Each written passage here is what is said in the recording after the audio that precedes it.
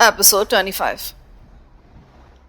وہ داور کے سامنے اپنی تمام تر حشر سمانیوں کے ساتھ موجود تھی۔ وہ مادام تھی اور ریڈ سرکل کے لوگ اس کے نام سے ہی کانپتے تھے۔ کسی میں اتنی ہمت نہیں ہوتی تھی کہ اس کی طرف آنکھ اٹھا کر دیکھ سکیں۔ ریڈ سرکل کے باس نے سارے اختیارات مادام کے حوالے کر دیے تھے اور وہ عہدیداروں سے صرف مائک اسپیکر کے ذریعے مخاطب ہوا کرتا تھا، اور وہ بھی خاص الخاص مواقع پر، ورنہ عام طور پر سارے احکامات مادام ہی دیا کرتی تھی، اور کسی میں اتنی مجال نہیں تھی کہ اس کے حکم سے سرتابی کی جرات کر سکے۔ اس کا خیال تھا کہ داور اس کے سامنے آ کر بے حال ہو جائے گا۔ اس نے داور کو مروب اور سحر زدہ کرنے کے لیے ہر اس ہتھیار سے کام لیا تھا جو ایک عورت کے پاس ہوا کرتا ہے۔ اس کا لباس بہت خوبصورت تھا، میک اپ شاندار تھا، بالوں کو بڑے خوبصورت انداز سے ترتیب دیا گیا تھا، اور لباس سے اٹھنے والی خوشبو دل فریب تھی، لیکن داور پر ان حربوں کا کوئی اثر معلوم نہیں ہوتا تھا۔ وہ بڑی سرد نگاہوں سے اس کو گھورتا رہا۔ کام کی بات کرو مدام، کیوں بلایا مجھے؟ تم جیسے آدمی کو کیوں بلایا جاتا ہے؟ ہم تمہیں تمہاری قسمت بنانے کا موقع فراہم کر رہے ہیں۔ میری قسمت تم جیسی عورتیں نہیں بنا سکتی، میں اپنی قسمت اپنے ہاتھ میں رکھتا ہوں۔ مجھے معلوم ہے تمہاری کیا حیثیت ہے، تم ذرا ذرا سی رقم کی لالچ میں کتوں کی طرح ادھر سے ادھر۔ لیکن اسے اپنی بات مکمل کرنے کا موقع نہیں مل سکا۔ داور نے اچانک اس کے چہرے پر تھپڑ رسید کر دیا۔ تھپڑ کھاتے اس کی گردن پیچھے کی طرف ہوئی اور وہ کرسی سمیت دوسری جانب الٹ گئی۔ کمرے میں موجود ماتھر اور اس کے ساتھیوں نے ریوالور نکال لیے۔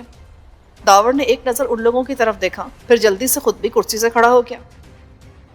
ماتھر اور اس کے آدمیوں نے ریوالور والے ہاتھ سیدھے کیے، اور اسی وقت مادام چیخ پڑی، نہیں نہیں، ایسے کچھ مت کہنا۔ وہ اس دوران اٹھ کھڑی ہو گئی تھی۔ داور نے جس گال پر تھپڑ مارا تھا اس گال سے سرخی ٹپکنے لگی تھی۔ ایسا لگتا تھا جیسے شفاف جلد کے اندر سے خون پھوٹ کر باہر نکلنے والا ہو۔ اس کی گال کی طرح اس کی آنکھیں بھی لہو رنگ ہو رہی تھیں۔ ان میں ایسی نفرت تھی جیسے وہ داور کو جہنم میں پہنچانے کا تہیہ کر چکی ہو۔ اس کی ایسی بے عزتی کبھی کسی نے نہیں کی ہوگی۔ وہ یہاں ایک ملکہ کی شان سے رہتی تھی، سب اس کے غصے سے خوف کھاتے تھے، اور آج اسی ملکہ کے گال پر ایک شخص نے تھپڑ رسید کر دیا تھا۔ داور غافل نہیں تھا۔ مادام نے اپنے آدمیوں کو تو روک دیا تھا، لیکن وہ غصے میں آ کر اس کے خلاف کچھ بھی کر سکتے تھے۔ مادام نے اسے گالی دی تھی اور وہ کسی صورت گالی برداشت نہیں کر پاتا تھا۔ میں تمہاری بوٹیاں کر کے چیل کووں کو کھلا دوں گی۔ آپ اجازت دیں مادام، ہم خود اس کا ٹکڑا کر دیں گے۔ نہیں ماتھر، یہ میرا ذاتی دشمن ہے، اس نے میرے گال پر تھپڑ مارا ہے، اسی لیے اس کا حساب کتاب میں اپنے پاس رکھوں گی۔ تم لوگ اسے 10 نمبر کمرے تک لے چلو۔ مجھے یہاں سے کہیں لے جانے کے لیے تم لوگوں کو خون کے دریا سے گزرنا ہوگا۔ میں کوئی پتھر کا مجسمہ نہیں ہوں جسے تم لوگ ایک جگہ سے اٹھا کر دوسری جگہ لے جاؤ گے۔ لے جاؤ اسے۔ مادام دھاڑی، غصے کی زیادتی نے اس کے حسین نقوش پھیکے کر دیے تھے۔ داور نے ایک لمحے تک صورتحال پر غور کیا، پھر گہری سانس لے کر بولا، ٹھیک ہے، میں چلنے کے لیے تیار ہوں، پر یہ زیادتی ہے۔ تم لوگوں نے خود ہی مجھے بلایا اور اب ایسا سلوک کر رہے ہو۔ چلو، کہاں لے جانا چاہتے ہو مجھے؟ پر یاد رکھو، تم لوگ مجھے زیادہ دیر تک کہیں قید نہیں رکھ سکتے۔ وہ بڑبڑاتا رہا اور وہ لوگ ریوالور کے زور پر اسے اس کمرے میں لے آئے جس کا حوالہ مادام نے دیا تھا۔ ان لوگوں کو یہ اندازہ نہیں ہو سکا تھا کہ داور اپنی مرضی سے ان کے ساتھ یہاں تک چلا آیا ہے۔ داور نے عبدل اور سلیم کی مدد سے دونوں زخمیوں کو ٹرک میں ڈالا تھا، پھر تانیہ کو ٹرک میں بٹھا کر بمبئی کی طرف چل پڑا تھا۔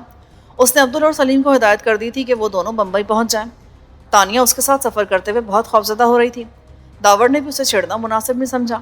اسے یہ اندازہ ہو گیا تھا کہ یہ لڑکی اپنی مرضی سے اس تنظیم میں شامل نہیں ہوئی ہوگی۔ راستے بھر وہ لڑکی بھی اپنے خیالوں میں الجھی رہی۔ وہ بمبئی آنے کے بعد داور کو راستہ بتاتی رہی اور وہ ٹرک نریمان روڈ پر آ گیا تھا۔ یہاں ایک بڑے سے گودام کے احاطے میں اس لڑکی کے کہنے کے مطابق داور اس ٹرک کو لے آیا تھا۔ ٹرک کے رکتے ہی بہت سے لوگوں نے چاروں طرف سے ٹرک کے گرد گھیرا ڈال دیا۔ وہ لوگ ٹرک میں پڑے زخمیوں کو دیکھ کر غصے میں آ گئے، لیکن تانیہ نے کسی طرح انہیں اس بات پر راضی کر لیا تھا کہ وہ داور کے پہنچنے کی اطلاع مادام تک پہنچا دیں۔ مادام نے اسی گودام میں اپنا دفتر بنا رکھا تھا۔ داور کو اسی لمحے اندر پہنچا دیا گیا۔ اسے یہ معلوم نہیں ہو سکا تھا کہ اس کے اندر آنے کے بعد تانیہ اور ان زخمیوں پر کیا گزری تھی۔ وہ اندر آتے ہی مادام سے الجھ گیا تھا۔ مادام پوری طرح سچ دھج کر اس کے سامنے آئی تھی۔ یہاں آتے داور کے ذہن میں کھلبلی سی مچنے لگی۔ زندگی میں پہلی بار وہ ان لوگوں کے درمیان آیا تھا جن کی حکمرانی اس کے باپ کے ہاتھ میں تھی، اس باپ کے ہاتھ میں جس کا تصور ہی اس کے وجود پہ نفرت کی آگ بھڑکا دیتا تھا۔ اس کا خیال تھا کہ اسے براہ راست اس کے باپ کے سامنے پہنچا دیا جائے گا۔ ایک بیٹا اجنبی بن کر باپ کے سامنے آنے والا تھا۔ ایک دوسرے کو دیکھے ہوئے ایک عرصہ گزر چکا تھا۔ اسے یہ اندازہ نہیں تھا کہ اس کا باپ اسے پہچان بھی سکے گا یا نہیں۔ ہو سکتا تھا کہ خون جوش مار جائے اور باپ کی آنکھوں کے سامنے جمی ہوئی دھند صاف ہو جائے۔ اسے یاد آ جائے کہ کسی زمانے میں اس کے 2 بیٹے بھی ہوا کرتے تھے جو اس کا سہارا بن سکتے تھے، لیکن اس نے ان دونوں کو دھکے دے کر فٹ پاتھ پر پھینک دیا تھا۔ رشتہ تو اسی وقت ختم ہو گیا تھا جب دولت نے باپ کی آنکھوں پر پٹی باندھ دی تھی۔ اسے اپنے بیٹے اور بیوی کچرے کی طرح فالتو دکھائی دینے لگے تھے، اور ہوش میں آنے کے بعد داور نے سب سے پہلے یہی قسم کھائی تھی کہ وہ اپنے باپ سے انتقام لے گا، کیونکہ رشتہ ختم ہو گیا تھا اور صرف نفرت باقی رہ گئی تھی۔ اسی لیے وہ فوراً ریڈ سرکل کے بلاوے پر کسی معمول کی طرح چلا آیا، لیکن اس کے سامنے اس کے باپ کے بجائے یہ حسین اور بھرپور عورت آئی تھی جسے سب لوگ مادام کہہ کر مخاطب کر رہے تھے۔ یہ عورت بھی وہ نہیں ہو سکتی تھی جس سے اس کے باپ نے شادی کر لی تھی، یہ کوئی اور عورت تھی، کوئی اور بھید تھا جسے حل کیے بغیر داور یہاں سے نہیں جا سکتا تھا۔ جس وقت وہ عورت داور سے ناراض ہوئی تھی، اس نے اپنے آدمیوں کو حکم دیا تھا کہ وہ داور کو کمرہ نمبر 10 میں لے جائیں۔ اس وقت وہ لوگ داور کے اختیار میں تھے، وہ اس سے اتنے قریب تھے کہ وہ ان ہتھیاروں کے باوجود بڑی آسانی سے ان پر قابو پا سکتا تھا، لیکن اس نے مصلحتاً خاموشی اختیار کر لی۔ ابھی ریڈ سرکل کے بھید نہیں کھلے تھے، اسے اپنے باپ کا سراغ لگانا تھا، اس عورت کو دیکھنا تھا جس سے اس کے باپ نے شادی کی تھی، اور یہ سب اسی وقت ہو سکتا تھا جب وہ اپنے دل و دماغ کو ٹھنڈا رکھتا۔ اسے ایک ایسے کمرے میں پہنچا دیا گیا جہاں کسی قسم کا کوئی فرنیچر نہیں تھا، دروازہ لوہے کا تھا، اور دروازہ بند ہونے کے بعد وہ کمرہ کسی قبر کی طرح بند ہو جاتا تھا۔ اس میں کوئی کھڑکی نہیں تھی، البتہ چھت میں چھوٹے چھوٹے سوراخ بنے تھے۔ راستے میں بھی داور کو کئی بار یہ موقع ملا تھا کہ وہ ان میں سے کسی کے ہاتھ سے پستول چھین سکتا، لیکن اس نے جان بوجھ کر ایسا نہیں کیا۔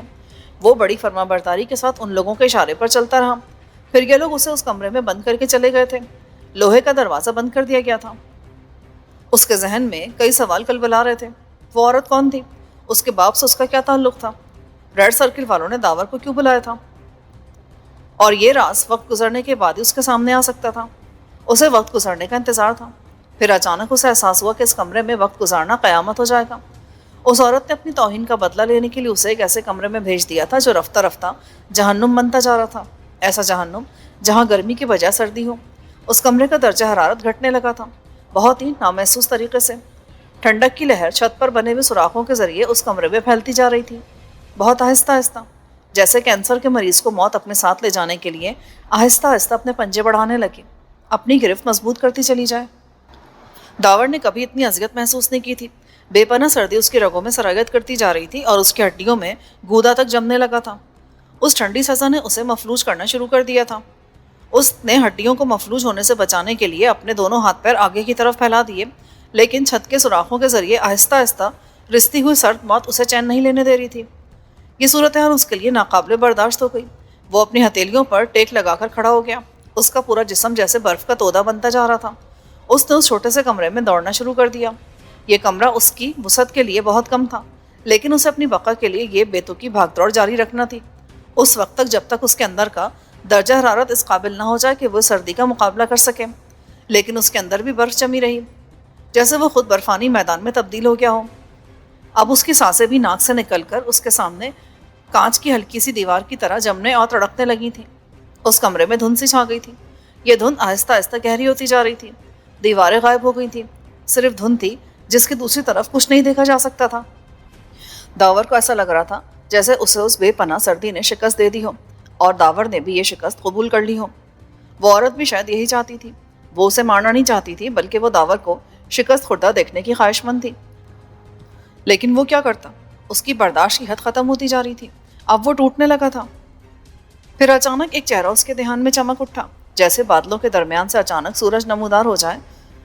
وہ چہرہ اس کے ذہن پر چھائی ہوئی موت آلود دھند کی سطح کو چیرتا ہوا نمودار ہوا تھا۔ وہ چہرہ بابا کا تھا، اس بابا کا جس نے جیل میں داور کو برداشت کرنے کا فن سکھایا تھا، جس نے کوبرا بنایا تھا، جس نے یہ بتایا تھا کہ اپنے جسم کو فولاد کس طرح بنایا جا سکتا ہے، اور حالات کی سختیوں کا مقابلہ کرنے کے لیے اپنے ذہن کی کس صلاحیت کو بروئے کار لایا جاتا ہے۔ بابا کے خیال نے داور کے بدن میں زندگی کی نئی لہر دوڑا دی۔ وہ اس بے پناہ سردی میں زندہ تو نہیں رہ سکتا تھا، لیکن اس سے مقابلہ ضرور کر سکتا تھا۔ اس کمرے میں شارٹ سرکٹ کے ٹی وی لگے تھے اور ہر ٹی وی اسکرین پر داور دکھائی دے رہا تھا۔ کمرے میں 5 آدمی تھے، مادام، ماتھر، مادام کے 2 مسلح محافظ اور ایک بوڑھا۔ وہ بوڑھا مشرق بعید کا باشندہ معلوم ہوتا تھا۔ اس کے جسم پر ایک ڈھیلا ڈھالا بے ڈھنگا سا چوغا تھا، اس کا چہرہ جھریوں سے بھرا اور زرد تھا، سر کے بال بالکل سفید تھے۔ یہی حال اس کی پلکوں اور بھووں کا تھا، اور پلکوں کے درمیان اس کی آنکھیں ایسی تھیں جو اپنی جانب متوجہ کر لیتی تھیں، بہت ہی روشن اور پراسرار آنکھیں۔ ایسا لگتا تھا جیسے ان آنکھوں میں لمحہ بہ لمحہ رنگ بدلتے رہنے کی صلاحیت بھی ہو۔ بوڑھے نے ٹی وی اسکرین پر اپنی نظریں جما رکھی تھی۔ وہ بڑے غور سے اسکرین پر دکھائی دینے والے داور کو دیکھ رہا تھا، جو اب کمرے کے وسط میں آلتی پالتی مار کر یوگا کے انداز میں بیٹھا تھا۔ اسکرین پر دیکھنے سے یہ لگتا تھا کہ اس نے اپنی سانسیں روک رکھی ہیں اور اپنے اندر کی قوت برداشت کو بیدار کرنے میں مصروف ہے۔ یہ تو بہت ہی سخت جان معلوم ہوتا ہے مدام۔ اچانک ماتھر کی آواز ابھری۔ ہاں، یہ پہلا آدمی ہے جو اتنی دیر سے اس ٹھنڈک کا مقابلہ کر رہا ہے۔ اس وقت وہاں کا ٹیمپریچر کیا ہوگا؟ -15 مدام، میں نے ابھی معلوم کیا تھا۔ اسے اور گھٹا دو، -20 تک لے جاؤ، پھر دیکھتی ہوں اس میں کتنی قوت برداشت ہے۔ اوکے مدام۔ ماتھر کرسی سے اٹھ کھڑا ہوا اور دروازے کی طرف بڑھنے ہی لگا تھا کہ اس بوڑھے نے آواز دے کر اسے روک لیا۔ ٹھہر جاؤ۔ اس کی آواز گونج اٹھی۔ اس کی آواز اس کی جسامت کے لحاظ سے بہت توانا تھی۔ کیا بات ہو گئی ہے لانی؟ مدام نے چونک کر بوڑھے کی طرف دیکھا۔ تم اس شخص کو اذیتیں دے کر توڑ تو سکتی ہو، پر جھکا نہیں سکتی۔ اس کی قوت برداشت تمہارے ذہن میں کبھی نہیں آ سکے گی۔ میں اس کے چہرے پر کچھ ایسی علامتیں دیکھ رہا ہوں کہ اگر تم نے اس کے ساتھ بنا کر رکھی تو تمہارے لیے فائدہ مند ہوگا، ورنہ تم نقصان بھی اٹھا سکتی ہو۔ اس نے مجھے ضد دلائی ہے لانی۔ اس نے میرے گال پر تھپڑ مارا ہے۔ میں اپنی زندگی کے عوض بھی یہ توہین برداشت نہیں کروں گی۔ پھر تو مجھے تمہاری زندگی بہت مختصر دکھائی دے رہی ہے۔ میں نے تمہیں سمجھا دیا ہے۔ اب اگر تم اپنے آپ کو تباہ کرنا ہی چاہتی ہو تو میں اس کام میں تمہارا ساتھ نہیں دے سکوں گا۔ تو تمہارا کیا خیال ہے؟ کیا میں اسے چھوڑ دوں؟ جھک جاؤں اس کے آگے؟ میں یہ بھی نہیں چاہتا۔ میں خود تمہیں اس درجہ گرا ہوا دیکھنا پسند نہیں کروں گا۔ میرے عقل مند لوگوں نے یہ کہا ہے کہ دشمن کو اگر ہلاک کرنا ہے اور دشمن تم سے زیادہ طاقتور ہے تو سامنے آنے کے بجائے اس کے پیچھے جا کر اس کا خاتمہ کر دو۔ یاد رکھو، یہ مکاری بہت بڑی چیز ہوا کرتی ہے۔ اگر تم اس سے کام لینا چاہتی ہو تو مکاری برتو۔ میں اس چہرے کو دیکھ کر یہ دعوے سے کہہ سکتا ہوں کہ یہ شخص تمہارے بہت کام آ سکتا ہے۔ تم اس سے کام لینے کا ہنر سیکھو۔ پتنگ کو خود سے علیحدہ بھی رکھا جا سکتا ہے، اس کی ڈوری بھی ہاتھ میں رکھی جا سکتی ہے، سمجھی؟ مدام نے برا سا منہ بنایا، لیکن وہ بوڑھے لانی کی مخالفت نہیں کر سکی۔ ٹھیک ہے، جاؤ ماتھر، اس کمرے کو نارمل کر دو، میں بھی آتی ہوں۔ ماتھر کے جانے کے بعد لانی بھی اٹھ کھڑا ہوا۔ یہ نشست برخاست ہو گئی تھی۔ کمرے میں موجود لوگ دروازے کی طرف جانے لگے۔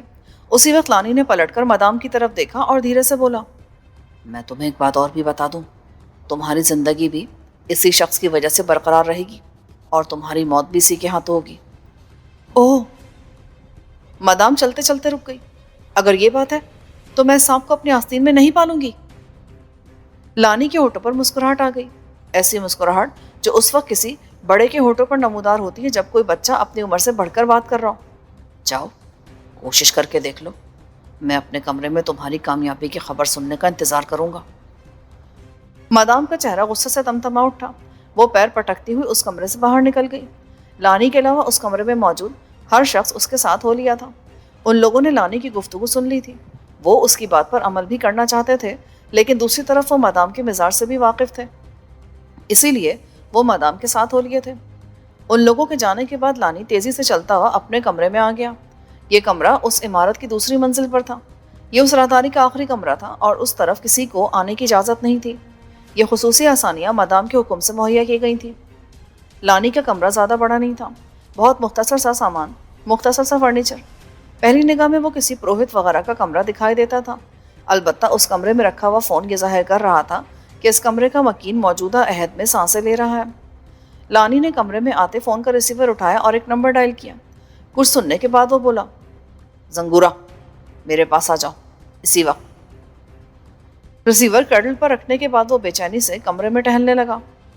کچھ دیر کے بعد دروازے پر دستک ہوئی اور ایک سیاہ فام کمرے میں داخل ہوا۔ وہ ایک قداور آدمی تھا۔ اس کا چہرہ مسخ ہو چکا تھا۔ اس کا ڈیل ڈال ہاتھی جیسا تھا۔ وہ مجموعی طور پر ایک ایسا آدمی تھا جس کو دیکھ کر ہیبت طاری ہو سکتی تھی۔ غلام حاضر ہے آقا۔ زنگورا سینے پر ہاتھ رکھ کر بولا، تمہاری مدام کمرہ نمبر 10 کے قیدی کو ہلاک کرنے کے لیے گئی ہے اور میں چاہتا ہوں کہ اسے ہر قیمت پر بچا لیا جائے۔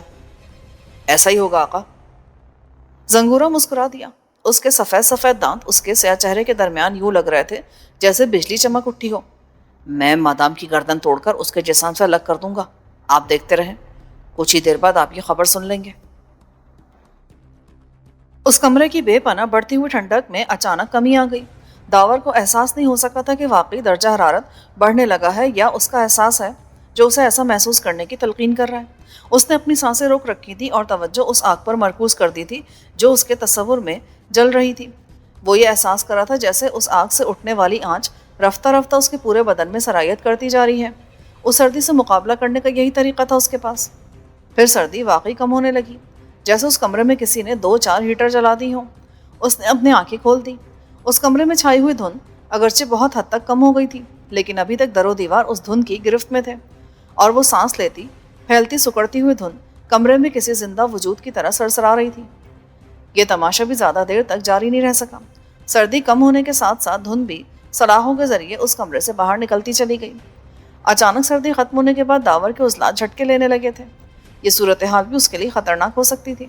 اس نے ایک بار پھر اپنی سانسیں اپنے سینے میں قید کر لیں، اپنی آنکھیں بند کی اور اپنے ذہن کو کمرے میں چھا جانے والی سردی اور اچانک گرمی کے احساس سے بیگانہ کر لیا۔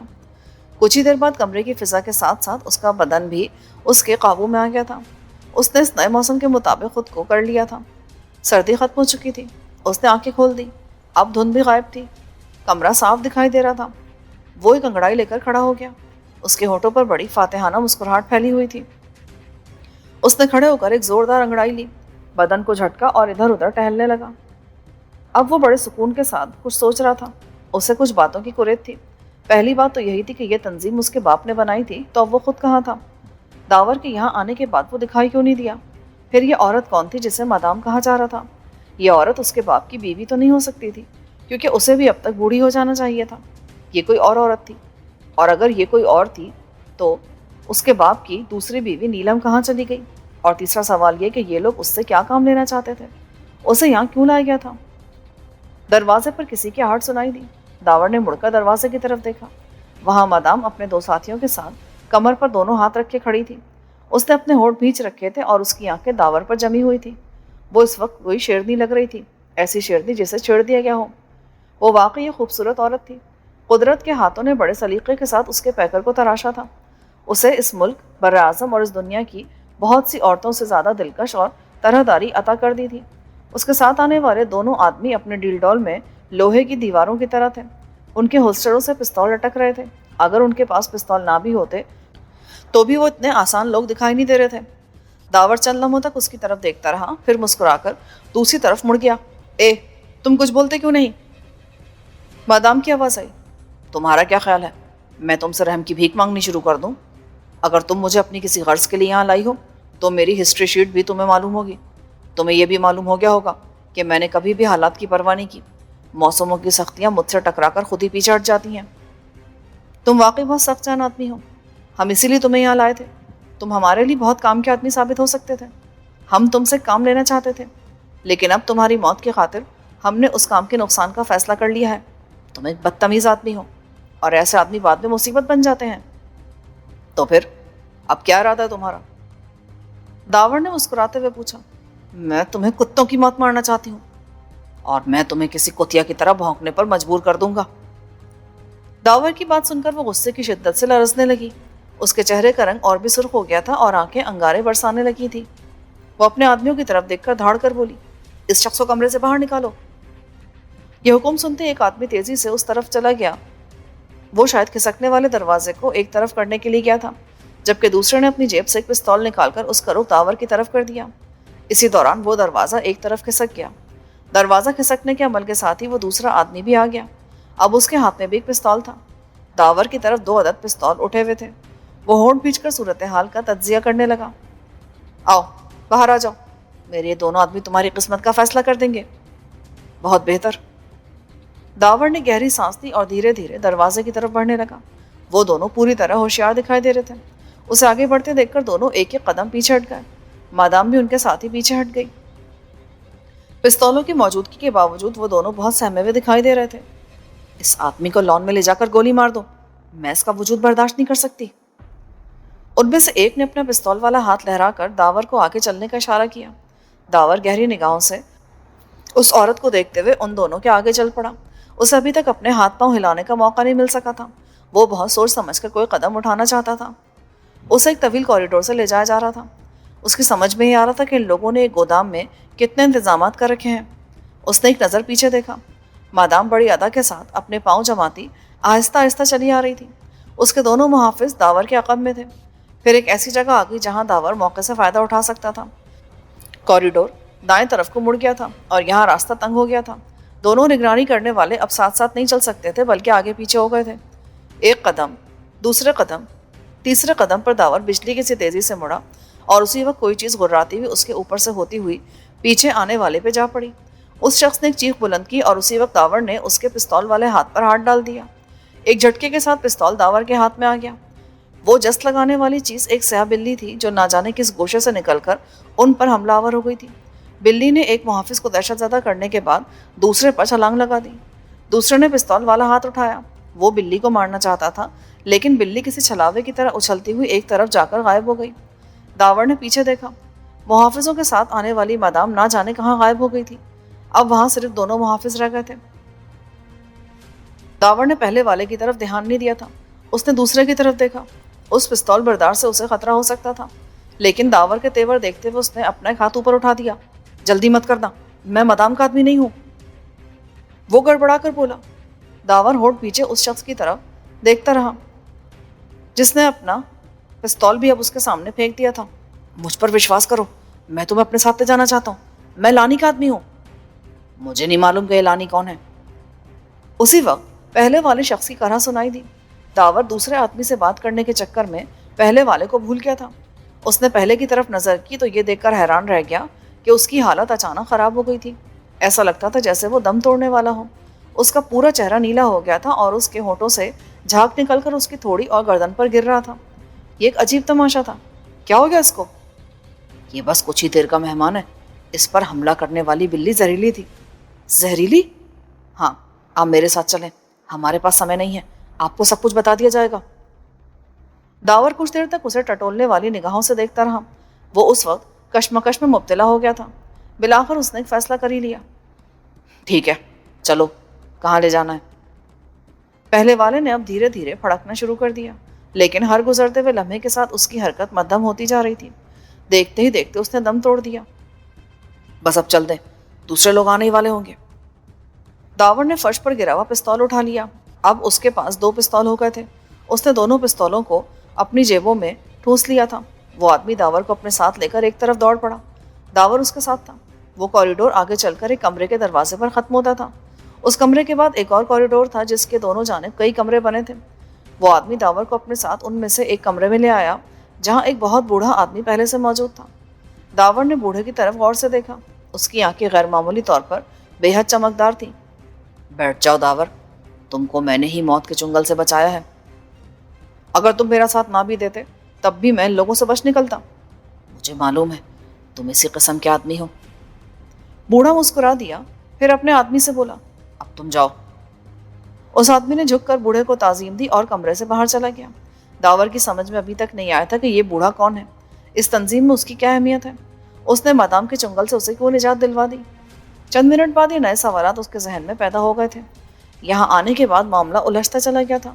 پھر وہ اپنے ذہن کو جھٹکتا ہوا بوڑھے کے مقابل فرش پر بیٹھ گیا۔ جو کچھ ہونے والا تھا وہ تو ہو کر ہی رہتا تھا، اس کے لیے زیادہ پریشان ہونے کی ضرورت نہیں تھی۔ اس کمرے میں سوائے فرش اور ایک میز کے اور کوئی سامان نہیں تھا۔ میز پر ایک فون رکھا تھا اور کچھ کتابیں تھیں۔ میرا نام لانی ہے۔ میں نے ہی اپنے آدمی کو تمہاری طرف بھیجا تھا کہ وہ تمہیں مادام کے آدمیوں سے بچا کر لے آئے۔ میں سمجھ نہیں سکا کہ اس مہربانی کا کارن کیا ہے۔ مجھے یہ اسی عورت کی کوئی چال معلوم ہوتی ہے۔ نہیں، ایسا نہیں ہے۔ میں اس سے بے پناہ محبت کرنے کے باوجود بے پناہ نفرت بھی کرتا ہوں۔ لانی نے کہا، تمہاری محبت اور تمہاری نفرت دونوں میری سمجھ سے باہر ہے۔ نفرت تو میں اس لیے کرتا ہوں کہ وہ میرے ہاتھوں سے نکلتی جا رہی ہے، اور محبت اس لیے کہ وہ میری بیٹی ہے۔ وہ دونوں گودام کے سامنے آ کر کھڑے ہو گئے۔ گودام کی بیرونی دیوار پر موٹے موٹے حروف میں ایگل انٹرنیشنل لکھا تھا۔ گودام کے بیرونی گیٹ پر 2 عدد چوکیدار بھی کھڑے تھے جن کی صورتیں یہ بتا رہی تھی کہ یہ چوکیدار کم اور مجرم زیادہ ہیں۔ ان کے خد و خال سے ان کی فطرت کی بے رحمی کا اندازہ ہو رہا تھا۔ گودام کے سامنے آ کر کھڑے ہونے والے دونوں آدمی جوان عمر کے تھے لیکن انہوں نے بہت ڈھیلے ڈھالے لباس پہن رکھے تھے۔ ان لباسوں نے ان کی شخصیتوں کو مذائقہ خیز بنا دیا تھا۔ دونوں نے گول شیشوں کی اینکیں لگا رکھی تھیں اور ان کے ہاتھوں میں چمڑے کے بریف کیس تھے۔ بھیا نمبر 1۔ کیا تمہیں امید ہے کہ ہم لوگ اپنے مقصد میں سفل ہو جائیں گے؟ کیوں نہیں؟ اس شخص نے گردن ہلائی جسے بھیا نمبر 1 کہا گیا تھا۔ تمہیں یہ یاد رکھنا چاہیے کہ ہم انٹرنیشنل چیئرز ایسوسی ایشن کے کارندے ہیں۔ ہمارے لیے دنیا کا کوئی کام بھی مشکل نہیں ہے۔ ہم اپنی مکاری اور ذہانت سے کام لے کر ناممکن کو ممکن کر سکتے ہیں۔ تو پھر آؤ کام شروع کیا جائے۔ دونوں بریف کیس جھلاتے ہوئے گیٹ کے پاس پہنچ گئے، جہاں دونوں چوکیدار بڑی مشکوک نگاہوں سے ان کی طرف دیکھنے لگے۔ اس گودام کا مینیجر کون ہے؟ بھیا نمبر 1 نے پوچھا۔ کیوں، کیا بات ہے؟ کیا کام ہے تمہیں؟ چوکیدار نے سوال کیا۔ اپنے مینیجر سے بولو کہ ہیلتھ ڈپارٹمنٹ کی طرف سے کچھ لوگ آئے ہیں، دوسرے نے کہا۔ لیکن فوراً، ہمارے پاس زیادہ سمے نہیں ہے، ہمیں دوسری فیکٹریوں اور گوداموں کی طرف بھی جانا ہے۔ کس لیے آئے ہو تم لوگ؟ دوسرا چوکیدار بھی ان دونوں کے قریب آ گیا۔ مینیجر صاحب کو اس سمے فرصت نہیں ہے، ہم کچھ نہیں جانتے، ہم سرکاری لوگ ہیں، اگر تم لوگوں نے ہماری بات نہیں مانی تو تمہارے گودام میں تالا لگا دیا جائے گا، سمجھے؟ دونوں چوکیداروں نے معنی خیز نگاہوں سے ایک دوسرے کی طرف دیکھا، پھر ان میں سے ایک اس کیبن کی طرف چلا گیا جو چوکیداروں کے لیے مخصوص تھا۔ شاید وہ کسی کو فون کرنے گیا تھا۔ اس دوران وہ دونوں گیٹ پر ہی کھڑے رہے۔ کچھ دیر بعد کیبن کی طرف جانے والا چوکیدار واپس لوٹ آیا۔ اس نے کچھ کہے بغیر گیٹ کھول دیا۔ اس کا مطلب یہ تھا کہ ان دونوں کو اندر جانے کی اجازت دے دی گئی تھی۔ مینیجر کا دفتر سامنے برآمدے کے آخر میں تھا۔ ان دونوں میں سے ایک چوکیدار ان دونوں کو مینیجر کے کمرے تک لے آیا۔ چوکیدار انہیں دروازے پر پہنچا کر واپس چلا گیا۔ اس کے جانے کے بعد یہ دونوں دروازے پر دستک دے کر اندر آ گئے۔ ایگل انٹرنیشنل کا مینیجر بڑی گہری نگاہوں سے ان کی طرف دیکھ رہا تھا۔ وہ خود بھی درشت مزاج اور اکھڑ آدمی معلوم ہوتا تھا۔ ہاں بھائی، کیا بات ہے؟ کیوں تالے لگوا رہے ہو؟ آپ کے چوکیدار ہمیں اندر نہیں آنے دے رہے تھے، بھیا نمبر 1 نے کہا۔ اسی لیے ان لوگوں کو سمجھانے کے لیے ایسی باتیں کہنی پڑتی ہیں۔ ہاں بتاؤ کیا بات ہے؟ ہم لوگ ہیلتھ ڈپارٹمنٹ کی طرف سے کالرا کے ٹیکے لگانے کے لیے آئے ہیں، بھیا نمبر 2 نے کہا۔ ہمیں یہ حکم دیا گیا ہے کہ ہم ہر گودام اور فیکٹری میں موجود ہر شخص کو ٹیکے لگا دیں۔ اگر ہمارے ساتھ کوئی تعاون نہ کرے تو اس کی شکایت کی جائے۔ ایسی صورت میں اس فیکٹری کو سیل بھی کیا جا سکتا ہے۔ دراصل یہ لوگوں کے اپنے فائدے اور بھلائی کے لیے ہے، بھیا نمبر 1 بولا، ورنہ ہمیں کیا ضرورت ہے کہ ہم میلوں پیدل چلتے رہیں؟ اس بات کا کیا ثبوت ہے کہ تم لوگ ہیلتھ ڈپارٹمنٹ کی طرف سے آئے ہو؟ کیا مصیبت ہے؟ بھیا نمبر 1 جھلا گیا۔ بھیا آپ کے سامنے فون رکھا ہے، آپ فون کر کے تصدیق کر لیں۔ مینیجر نے چپتی نگاہوں سے ان دونوں کی طرف دیکھا، پھر اپنے آگے رکھا ہوا فون اپنی طرف کھسکا لیا۔ اس دوران وہ دونوں بڑی لاپرواہی سے کرسیوں پر بیٹھ چکے تھے۔ اگر نمبر یاد نہ ہو تو میں بتا دوں؟ نہیں، ڈائریکٹری ہے میرے پاس۔ مینیجر نے ڈائریکٹری اٹھا لی، پھر اس کی ورک گردانی کرنے کے بعد اس نے ہیلتھ ڈپارٹمنٹ کا نمبر تلاش کیا۔ نمبر ملانے کے بعد وہ ان دونوں کے بارے میں پوچھنے لگا۔ آپ کے 2 آدمی؟ جی نام نہیں معلوم، ٹھہریے ابھی پوچھتا ہوں۔ اس نے ریسیور ایک طرف ہٹا کر ان دونوں کی طرف دیکھا۔ میرا نام موہن ہے اور میرے ساتھی کا نام سوہن ہے، بھیا نمبر 1 نے کہا۔ مینیجر نے ریسیور دوبارہ اپنے کان سے لگا لیا۔ جی، وہ اپنے نام موہن اور سوہن بتا رہے ہیں۔ ٹھیک ہے، اوکے، جی بس یہی پوچھنا تھا۔ اس نے ریسیور واپس رکھ کر فون ایک طرف کھسکا دیا۔ کیوں صاحب، تسلی ہو گئی نا آپ کی؟ اب آپ جلدی سے باری باری گودام کے ہر آدمی کو یہاں بلا لیں۔ ویسے اس گودام میں کتنے آدمی ہیں؟ موہن نے کہا۔ 17، لیکن اس سے پہلے مجھے اپنے مالک سے آگیا لینی ہوگی۔ بھائی اس طرح تو ہو چکا کام، اس طرح تو آپ کے گودام میں سارا سمے گزر جائے گا۔ نہیں نہیں، آپ لوگ بیٹھے رہیں، میں بھی آگیا لے کر آتا ہوں، مجھے زیادہ دیری نہیں لگے گی۔ مینیجر انہیں کمرے سے چھوڑ کر باہر چلا گیا۔ اس کے جانے کے بعد ان دونوں کے ہونٹوں پر مسکراہٹ آ گئی۔ ان کی آنکھیں کامیابی کی امید میں چمکنے لگی تھیں۔ پھر موہن نے اپنا بریف کیس کھول کر اس میز پر رکھ دیا۔ اس بریف کیس میں انجیکشنوں کے سرنج، ڈیٹول، روئی اور چھوٹی چھوٹی شیشیوں میں پیلی پیلی دوائیں بھری تھیں۔ مینیجر نے واپسی میں دیر نہیں لگائی، وہ اپنے ساتھ 2 آدمیوں کو بھی لیتا آیا تھا۔